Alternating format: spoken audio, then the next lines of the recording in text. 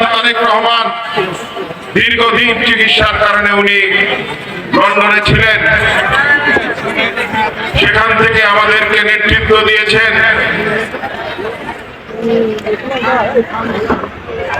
উনি ওনার সেই সন্তান নাতি নাতনি তাদের কাছেও উনি থাকেননি। উনি বলেছেন এই বাংলাদেশে আমার ঠিকানা এবং বাংলাদেশের মানুষের জন্যই আমি এখানে আছি।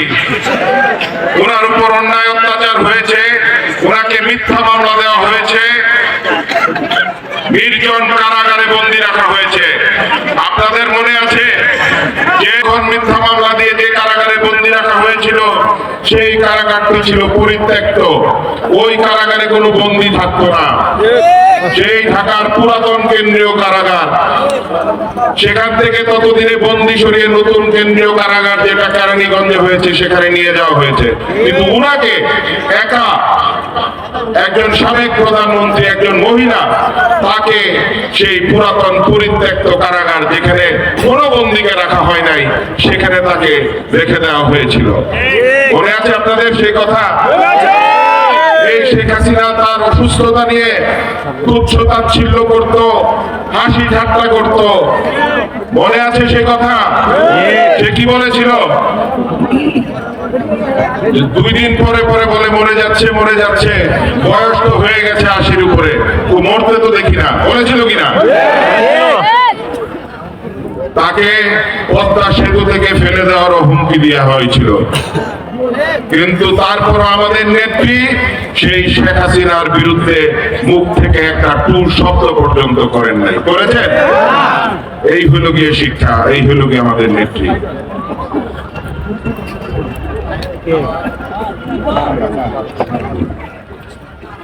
তো এভাবে আজকে যে আমাদের নেত্রী আমাদের মাঝে নেই, এর জন্য দায়ী কে? শেখ হাসিনা। এভাবে তিনি আমাদের অসংখ্য নেতা কর্মীকে গুম করেছে, হত্যা করেছে, এবং যারা সিনিয়র নেতৃবৃন্দ আছে তাদেরকে এভাবে সুপরিকল্পিতভাবে জেলে বন্দি রেখে চিকিৎসা থেকে বঞ্চিত করে তাদেরকে মৃত্যুর দিকে ঠেলে দিচ্ছে। সেরকম একজন হচ্ছেন কি আপনাদের প্রাণের মানুষ, আপনাদের প্রিয় নেতা, গাজীপুরের মাটি ও মানুষের নেতা অধ্যাপক মান্না, যাকে আপনারা 1991 সালে সর্বোচ্চ ভোট দিয়ে নির্বাচিত করেছিলেন। তৎকালীন প্রধানমন্ত্রী আপনাদেরকে উপহার স্বরূপ তাকে মন্ত্রী বানিয়েছিল, এবং মন্ত্রী হয়ে উনি এই এলাকার উন্নয়ন করেছিলেন, রাস্তাঘাট করেছিলেন, ব্রিজ কালভার্ট থেকে শুরু করে কলেজ করেছিলেন, স্কুল করেছিলেন, মসজিদ, মাদ্রাসা, মন্দির, সকল কিছু করেছিলেন।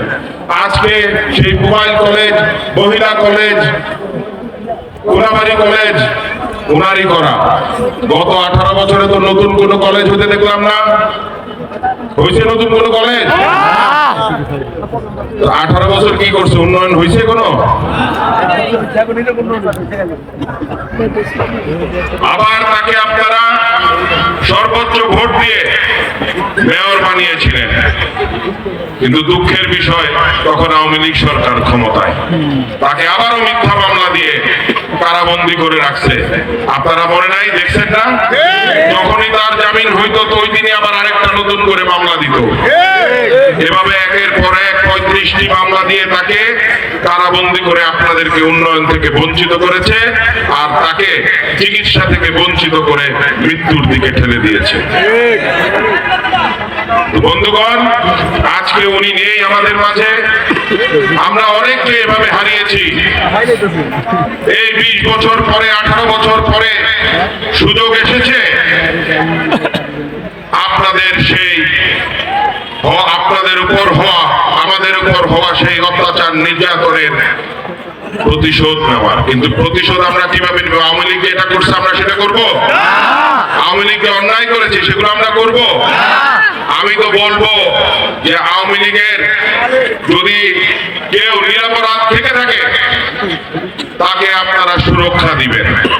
কারণ আমরা শেখ হাসিনার দলের কেউ না, আমরা হচ্ছে গিয়ে দেশের দেশনেত্রী বেগম খালেদা জিয়ার সৈনিক, তারেক রহমানের সৈনিক, শহীদ রাষ্ট্রপতি জিয়া রহমানের সৈনিক। কারণ আমরা সাধারণ মানুষ, গণমানুষকে সাথে নিয়ে রাজনীতি করি। সুতরাং আমরা কোনো মানুষের উপর অন্যায় অত্যাচার করব না, এই ব্যাপারে আপনারা খেয়াল রাখবেন, লক্ষ্য রাখবেন। আপনার দ্বারা যেন কোনো সাধারণ মানুষের ক্ষতি নয়, সে যে দলই করুক। আওয়ামী লীগ যে অপকর্ম করেছে সেই অপকর্ম আমরা করবো না। করল কি আমাদের উপর হওয়া অন্যায় অত্যাচারের জন্য আমরা মহান আল্লাহ তাআলার কাছে বিচার দেব, এবং যারা আমাদের উপর অন্যায় অত্যাচার করেছে তাদের বিচার ইনশাআল্লাহ এই বাংলার মাটিতে হবে। কিন্তু যারা নিরপরাধী তাদের উপর আমরা কোনো অন্যায় করব না, সেদিকে আপনাদেরকে লক্ষ্য রাখতে হবে।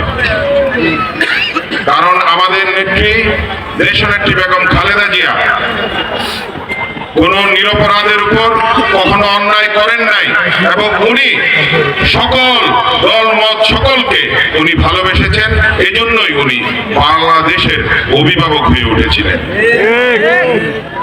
এবং উনারই সন্তান বাংলাদেশ জাতীয়তাবাদী দলের মাননীয় চেয়ারম্যান তারেক রহমান দলের হাল ধরেছেন। দীর্ঘদিন রাজপথে আমাদেরকে